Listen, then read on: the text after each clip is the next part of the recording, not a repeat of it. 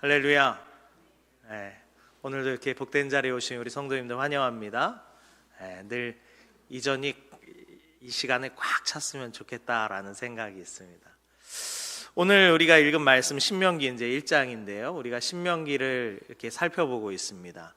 신명기는 이스라엘 백성들이 광야의 생활을 지나고 이제 가나안 땅에 입성하기 전에 그 앞에 서 있을 때에 모세가 이스라엘 백성들에게 율법을 다시 한번 가르치고 상기시키는 그러한 말씀이 신명기입니다. 그래서 이 출애굽 이후에 이스라엘 백성들이 애굽에서 나온 이후에 1년 동안 시내산 앞에 있으면서 하나님의 율법을 그들이 받거든요. 근데 그 율법 받은 것은 그들의 부모 세대, 즉 광야 생활을 했던 부모 세대들에게 전파했기 때문에 가나안 땅을 들어가는 다음 세대들에게는 율법을 모세가 직접 가르친 적은 없어요. 그렇기 때문에 그들의 앞서 그들이 저 가나안 땅에 들어가기 전에 하나님께서 주신 그 율법을 다시 상기시키며 그들에게 가르치기 위해서 이 신명기라는 것을 썼습니다. 그래서 그리스어로 두테로노미오라는 말인데 이 신명기가 두 번째 율법이라는 뜻이에요. 그렇다고 새로운 율법이 막 첨가된 것이 아니라 시내산에서 받은 그 율법이 율법을 다시 한번 기록하는 내용이 바로 이 신명기입니다. 그래서 신명기는 크게 세 단계로 나눠지는데 앞에 1장에서 11장까지는 모세의 설교가 있고요.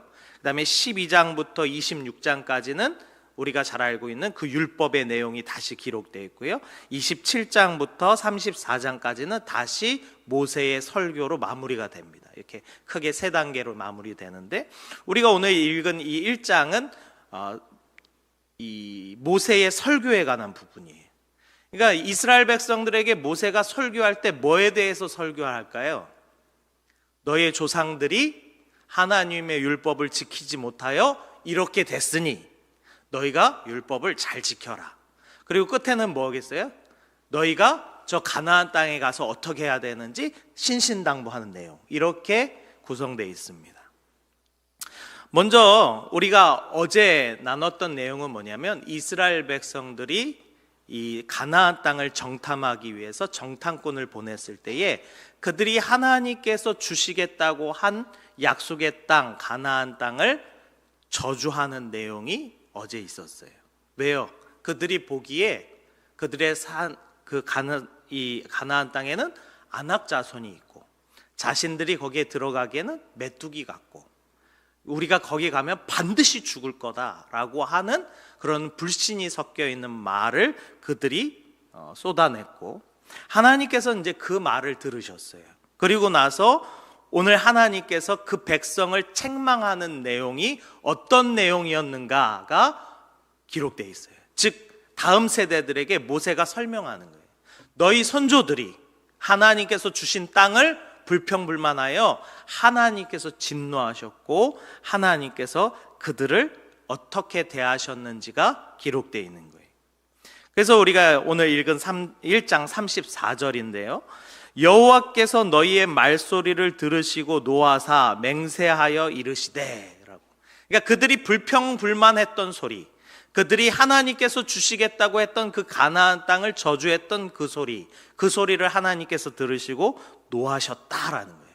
말소리를 들으시고 노하셨다라는 거예요. 여러분 우리가 잘 기억해야 되는 게 광야는요 되게 척박한 땅입니다. 엄청 척박한 땅이고 사막과 같아요. 거의 사막과 흡사한데 이 땅에서 이스라엘 백성들이 끊임없이 이야기했던 것이 뭐냐면 애굽으로 돌아가자. 애굽으로 돌아가자. 우리가 그 땅에 살 땐 좋았는데 좋긴 뭐가 좋아요? 노예로 살았는데 그래도 지금보다 낫다는 거예요. 왜냐? 그 광야 땅이 엄청 척박하기 때문에 그래요. 전에 이제 어떤 목사님이 이 성지순례를 가시면서 그 광야길을 가시는데 이 차 안에 생수통이 엄청 많더래요. 그래가지고 이제 이 설명 가이드부한테 왜 이렇게 생수통이 많냐 그랬더니 15분마다 한 번씩 물을 마시라 그런 거예요. 계속. 그래서 왜 그러냐 그랬더니 거기 날이 너무 뜨거워가지고 땀이 나면 바로 말라버린대. 그러니까 자기가 땀을 흘린지 모를 정도로 계속 수분이 빠져나가는데, 만약에 계속 물을 보충해주지 않으면 저녁에 숙소 가서 탈진해버리는 거예요.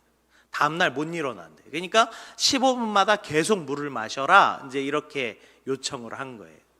그만큼 이 광야라는 땅은 뜨겁고 척박하고 정말로 아무것도 없는 땅인데, 이스라엘 백성들이 그 땅에 도달한 거예요. 그러니까 얼마나 불평불만이 많았겠어요.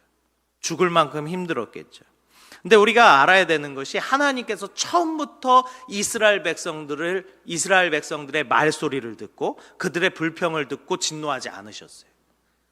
그들이 해달라는 거 하나님께서 다 해주십니다. 그들이 광야 갔을 때 물 없다고 아우성칠 때 하나님께서 물도 내주시고요, 먹을 것도 내주시고요, 만나도 내려주시고요, 메추가.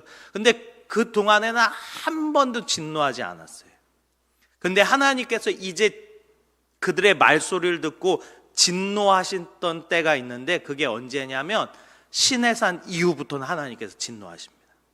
즉 하나님의 계명을 받은 이 백성으로서, 하나님과 언약 맺은 백성으로서 그들이 이제 그 땅에서 성막을 짓고 살아가기 시작할 때부터 하나님께서는 그들의 불평 불만 소리를 안 들으셨어요. 오늘 이 이스라엘 백성들이 자신들이 불평불만하며, 이스라엘 백성들은 사실 저 가나안 땅을 빨리 건너갈 수 있었어요. 그러나 정탐꾼을 보내고 그들이 불평불만하면서 하나님께서 뭐라고 말씀하시냐면, 너희 다시 광야로 돌아가, 이렇게 말씀하셔요.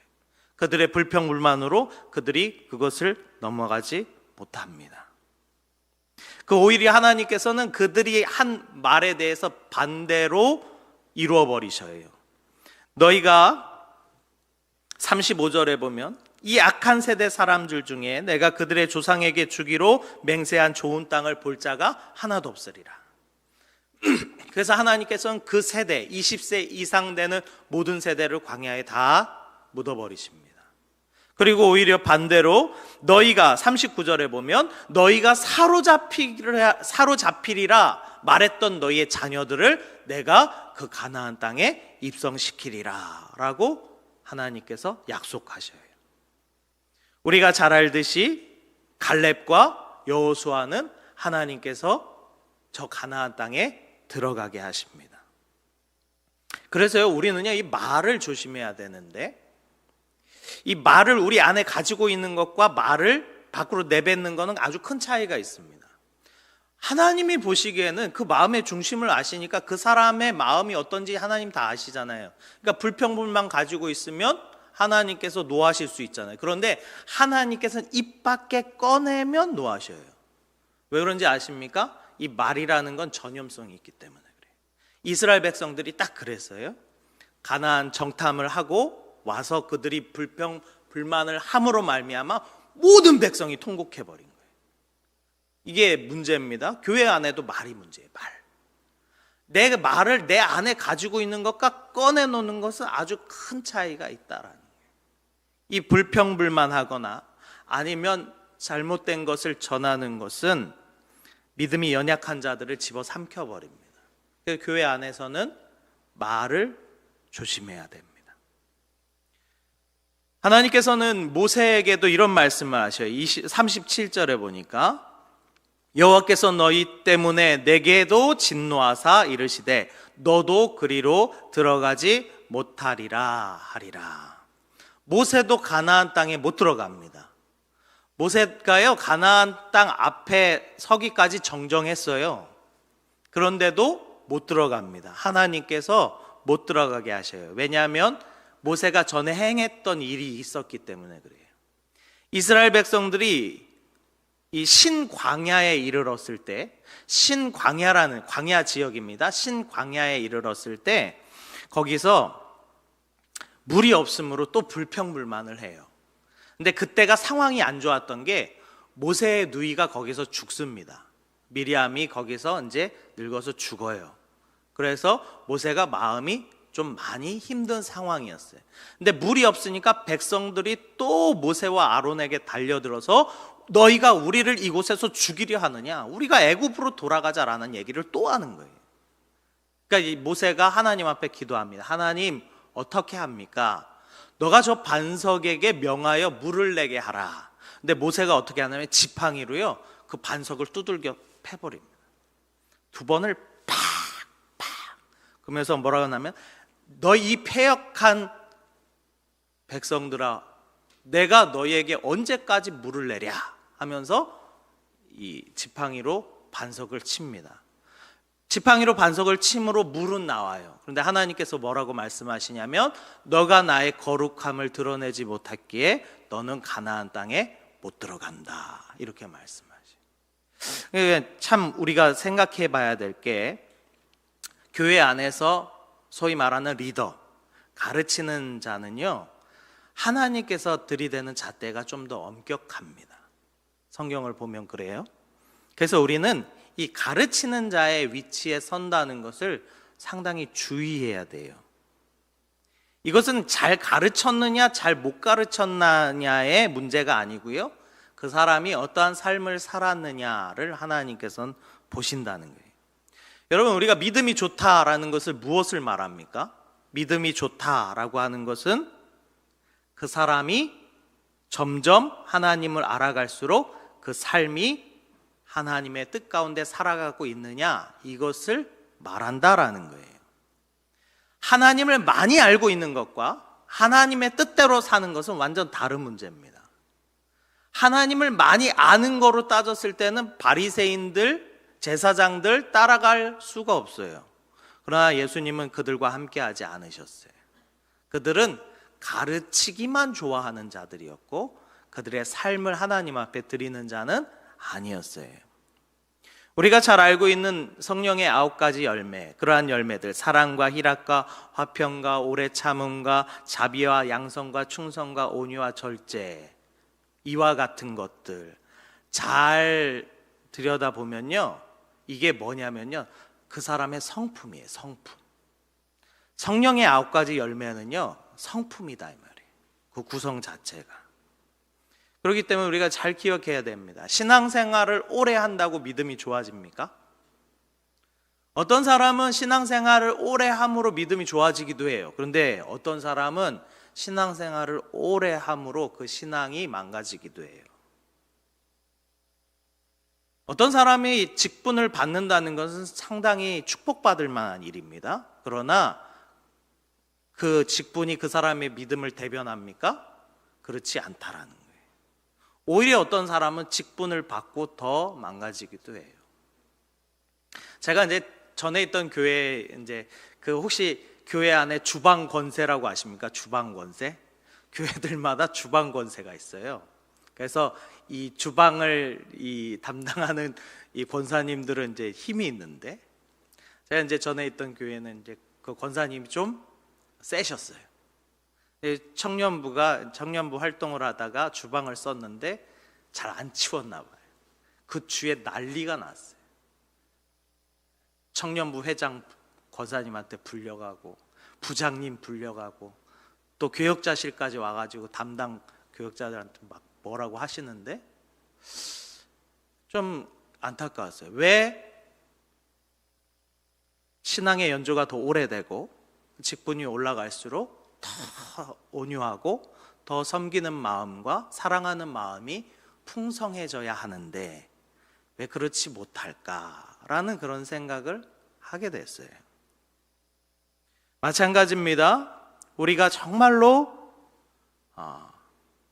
하나님의 뜻대로 살아간다는 것, 그리고 하나님의 성품을 닮아간다는 것, 그것이 우리의 신앙의 모습이어야지, 많이 안다고 꼭 가르치는 위치가 된다고 해서 그 사람의 신앙이 성숙하다 말할 수 없다라는 거예요.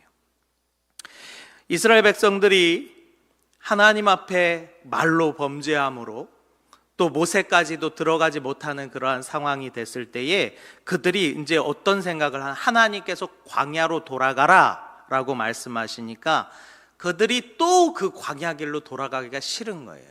그러니까 이 백성들이 뭐라고 말하냐면, 우리가 하나님께서 말씀하신 대로 저들과 가서 싸우겠습니다 하고 올라가 버리는 거예요. 그 내용이 이제 40절부터 나오는데, 너희는 방향을 돌려 홍해의 길을 따라 광야로 들어갈지니라. 하나님께서 그들의 길을 광야로 인도하시니까 그들이 뭐라고 말하냐면 41절에 보니까 너희가 대답하여 내게 이르기를 우리가 여호와께로 범죄하였사오니 우리의 하나님께서 우리에게 명령하신 대로 우리가 올라가서 싸우리라 하고, 너희가 각각 무기를 가지고 경솔히 산지로 올라가려 할 때에 여호와께서 내게 이르시되 너는 그들에게 이르기를 너희는 올라가지 말라, 싸우지도 말라. 내가 너희 중에 있지 아니하니 너희가 대적에게 패할까 하노라. 내가 너희 중에 있지 아니하니 너희가 패할까 하노라. 하나님의 일을 하는 데 있어서도 때가 있다는 거예요. 때가. 이스라엘 백성들에게 정탐하여 싸우라고 할 때는 그들이 못한다고 하다가, 너희가 이제 광야로 그럼 다시 돌아가라고 하니까 그때 가서 싸우겠다는 거예요. 근데 하나님께서 하시는 말씀이 뭐냐면 내가 너희 중에 있지 아니하니 패할까 하노라. 믿음의 사람들도 마찬가지입니다. 하나님께서 함께 하시죠.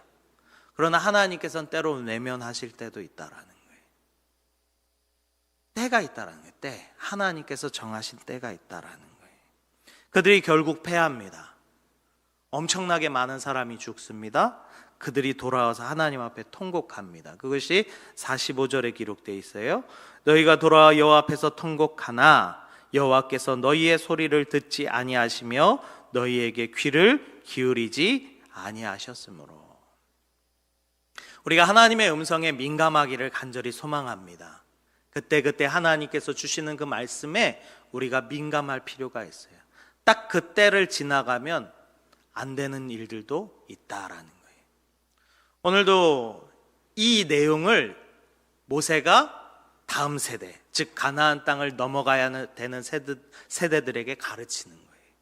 그러기에 그 가르침이 오늘날 우리에게도 있기를 간절히 소망합니다. 오늘 들은 말씀을 잘 기억하시면서 말을 조심할 것과 또 우리의 삶을 통하여 믿음을 드러낼 것과 오늘 마지막 때와 같이 하나님께서 정하신 그때에 움직일 수 있는 그런 영적 민감함이 우리에게 있기를 주님의 이름으로 축원합니다.